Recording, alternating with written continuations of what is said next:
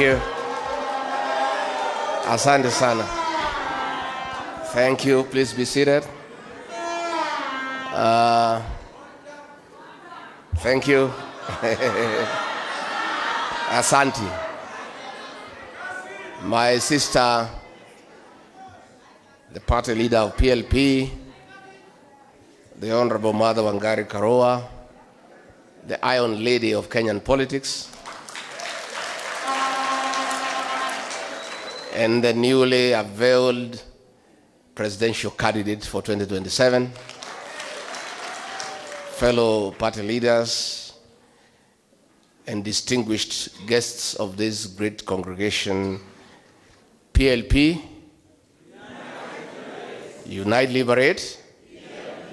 Hi, cousins. Hi, cousins. Cousins, hi. Hi. Shemeji, hi. Hi.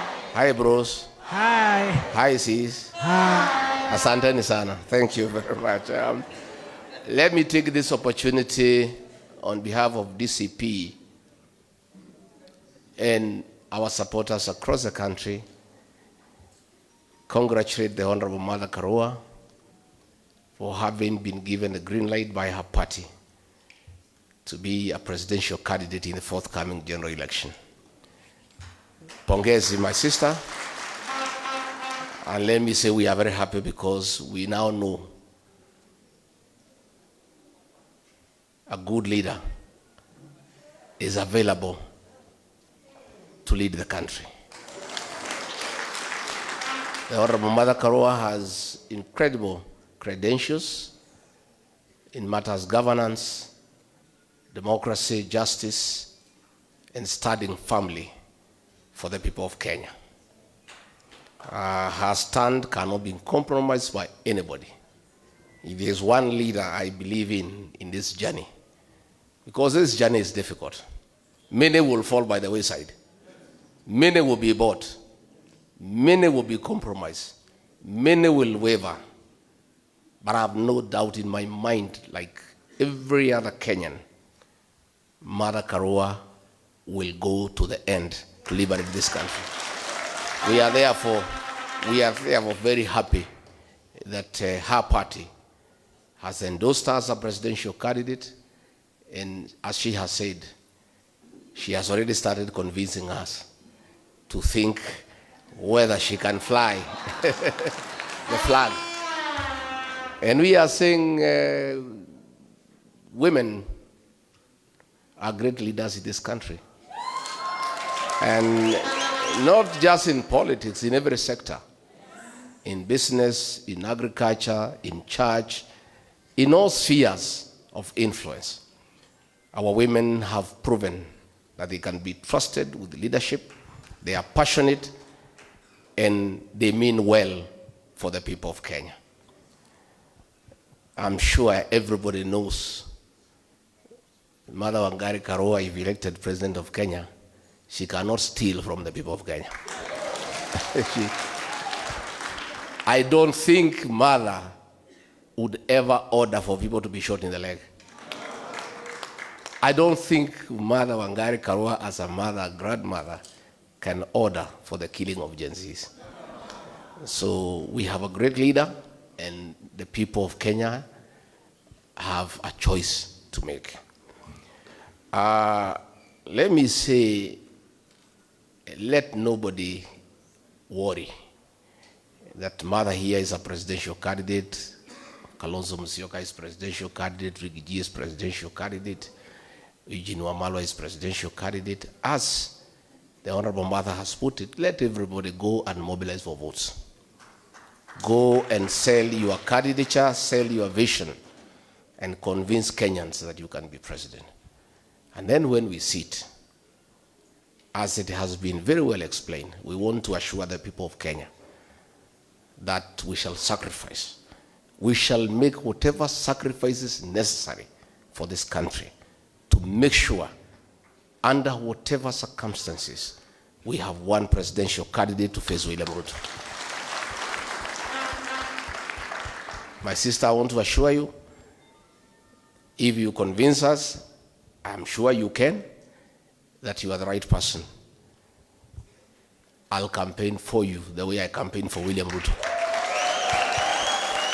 Yeah? I and my supporters will rally behind you. And we will do it the way it has never been done before. And I and my supporters are ready to support anybody whom we agree is the one to face William Ruto. And I would do it very happily. I only have one disappointment in case I'm not chosen. Just one. Just one disappointment. I will miss the opportunity to face William Ruto in the presidential debate. Hiyo mtu tukikutana kwa debate nitamkaanga, lakini that's the only disappointment I would have. But otherwise we'll be available to do what we must do. Isn't it? Let's be watchful and very alert. William Ruto knows his goose is cooked. He knows joint opposition will send him home by 10 a.m. And he has embarked on a very serious scheme to divide the opposition. Be alert. You'll see the next several days the kind of schemes he is having. Creating confusion in the opposition, buying people, dividing others. Let Kenyans stay alert. Luckily for us, Kenyans are very intelligent. They'll know. When they see a mole, they'll know. When they see somebody being used to divide the opposition, they'll know. Let Kenyans be alert. But for us here, we must stay together because Kenyans expect no less. We cannot fail this country because if we did and this guy came back, there will be no country here. Isn't it? All public resources have been looted. State House is a crime scene. Money for capitation is what is being used to bribe people in State House. Money for SHA is what is being used to bribe people. Even this Haiti thing, William Ruto cannot go to the UN to talk about criminal gangs in Haiti when we are having criminal gangs here in Nairobi and in Kenya being accompanied by police to terrorize Kenyans. William Ruto has turned to use of criminal gangs to harass opponents, to disrupt meetings. During Sabasaba, criminal gangs under police supervision were burning supermarkets. They were stealing from people. In Kikuyu police station, where courts of law were torched, the Inspector General of Police went there with CS Murkomen, and 11 police officers were promoted on merit for having allowed and supervised the burning of the courts by gangs. Yeah? So there is no way he can go to the UN and pretend that he is very concerned about criminal gangs in Haiti when in this country he is using criminal gangs to terrorize Kenyans. The last time he had a tour of Nairobi for 6 days, he was walking around with gangs. Goons are the ones who are accompanying the president. I even saw somewhere when unveiling a housing program, he actually introduced one of the goon leaders in Nairobi and gave him the presidential microphone to talk to the people. That's how low we have sunk as a country. And then he is at the UN there pretending to look very holy, the way he cheated us with the Bible. Lakini hiyo wazungu wako huko walimuonea 18. You know, saying how concerned he is about Haiti. It is because Haiti is a conduit for stealing public funds. And that is why it is continuing. As Honorable Eugene have said, William Ruto, let the policemen come back here and deal with crime. In Nairobi today, people are being mugged during daylight. You cannot walk around in Nairobi at 6 p.m. And instead of these policemen coming here to help us deal with those gangs, they are somewhere in Haiti being killed and being butchered. I saw him shamelessly condemn the use of arms in Sudan. Yet everybody knows he is the one who is doing business with Hemeti and exporting guns to Sudan to kill women and children. And then he is there at the UN Assembly pretending. This guy is one of the most deceptive leaders we have ever seen in the history of this country. You know, everybody knows the arms in Sudan are from Kenya, and he is the one who is behind it. Then he is there pretending to condemn. You know, so good people, let us stay united, let us stay focused. We have a job to do. We're going to do it. Kenyans are behind us 100%. It's only we leaders who can let them down. And Kenyans are looking upon us. Yeah, they are looking upon us to provide leadership and to do the right thing to restore our country. And as the Honorable Mother has put it, once we form government in whatever capacity, whatever role our bears to play, we must restore our nation. You know? And that is a job at hand. We must make sure we have a functioning education system. We have a functioning health system. We bring to an end abductions and extrajudicial killing. We must restore the dignity of the payslip. And I said the other day, and Ruto was abusing me, I said, the government we shall form, our first job is to abolish the housing levy. Isn't it? Yeah, and these houses, we give them to the county governments to manage them, collect rent, and refund the money they have deducted from the people of Kenya. Yeah? And then, you know, Ruto was crying that we have no brain, you know, because we are saying we must do the right thing. And we allow him to say what he wants to say. But when the votes are counted, you understand who has brain in this country. Yeah? Si imebaki muda mchache sana. Yeah, it's looking ni mbali lakini ni muda mchache. I heard Musalia saying that in Africa nobody can be one term. Sasa wewe Musalia, hii Malawi, is it in Europe or is it in Asia? Yeah? Which Africa are you talking about? We saw it in Botswana. You know, these things are happening and Kenyans are awake. And what is happening in the continent, Kenyans are watching and they are getting prepared. So Gen Z mpo, nyinyi ndio dawa ya kasongo. Please, mchukue vitambulisho na mchukue kura.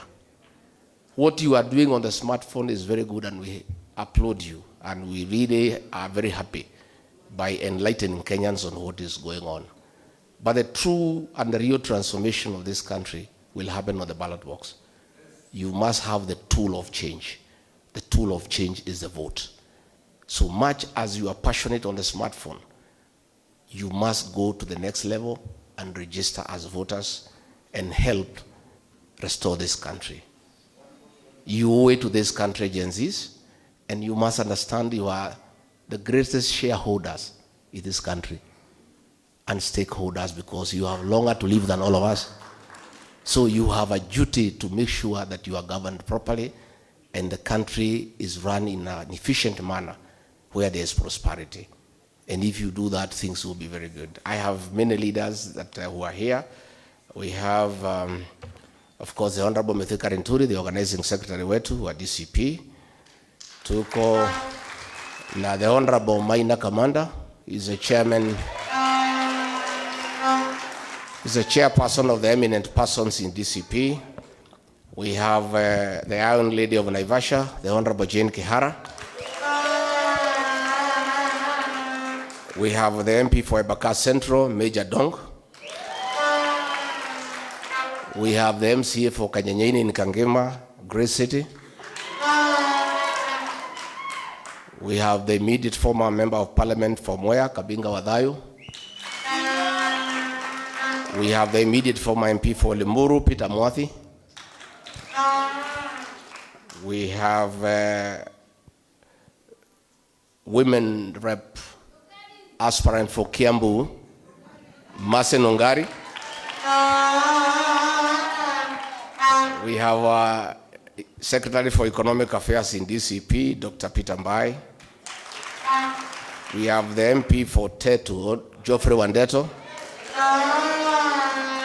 We have the Mheshimiwa Karani, the MCA for Utawala.